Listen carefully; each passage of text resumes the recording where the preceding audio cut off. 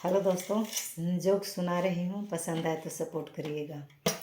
सुंदरी सुबह हो तू तो बड़ा जोग जाने लू। सुंदरी सुबह हो तू तो बड़ा जोग जाने लू।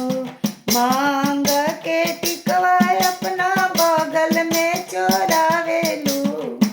मांग के टिकवा अपना बगल में चोरावे लू। सुंदर दुल्हा के तू तो चोरिया गावेलू। सुंदर दुल्हा के तू तो चोरिया लगावेलू। सुंदरी सुबह हो तू तो बड़ा जोग जानेलू।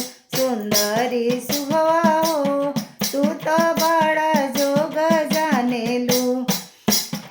गाला के हरवा अपना बगल में